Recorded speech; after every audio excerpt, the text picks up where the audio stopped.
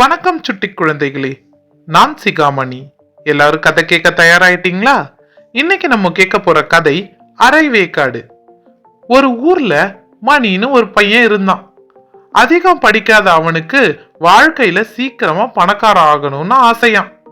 ஆனா அவன் கிட்ட ஒரு பிரச்சனை. எந்த ஒரு விஷயத்தையும் முழுசா தெரிஞ்சுக்காம காரியத்துல இறங்குவான்.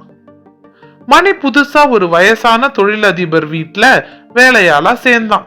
அந்த பெரிய தொழிலதிபர் எப்பவுமே ஒரு பெரிய சொகுசு வீட்டுக்கு போய் ஒரு பெட்டியை கொடுத்துட்டு கை நிறைய பணம் வாங்கிட்டு வர்றது வாடிக்கை.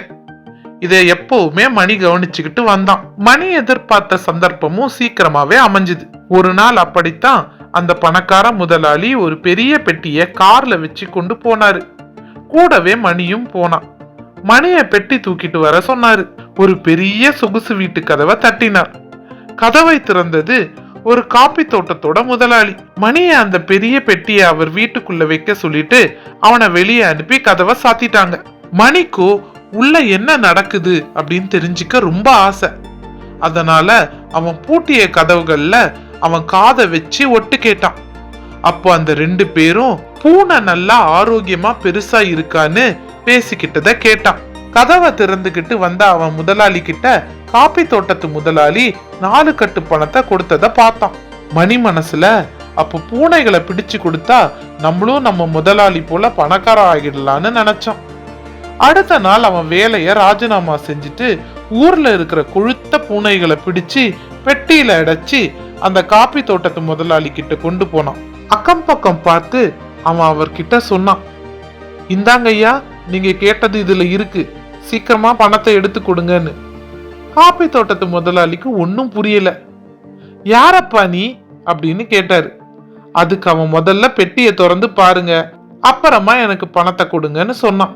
அந்த காப்பி தோட்டத்து முதலாளி பெட்டியை திறந்து பார்த்து குபீர்னு சிரிச்சாரு. அந்த பெட்டியில் இருந்து பூனைகள் வெளியே வந்தது. என்னப்பா இது, பூனையை கொண்டு வந்துட்டு காசு கேக்குறேன்னு கேட்டாரு.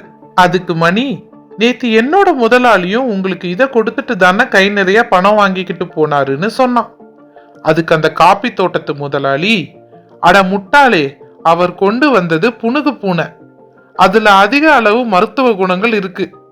அதுக்கு எங்க காப்பி பழத்தை கொடுத்து அது போடுற கழிவை வச்சுதான் உலகத்திலேயே விலை மதிப்பான காப்பியை தயாரிக்கிறோம். நீ கொண்டு வந்த இந்த பூனைய வச்சுக்கிட்டு ஒன்னும் பண்ண முடியாதுன்னு மணியை விரட்டி அடிச்சிட்டாரு. மணியும் அவனோட புது முயற்சியை நினைச்சு நொந்து போனான். சுட்டி குழந்தைகளே, நம் எந்த ஒரு விஷயத்த தொடங்கினாலும் அதை பத்தி முழுசா தெரிஞ்சுக்கிட்டும் புரிஞ்சுக்கிட்டும் ஆரம்பிக்கிறது ரொம்ப முக்கியம்.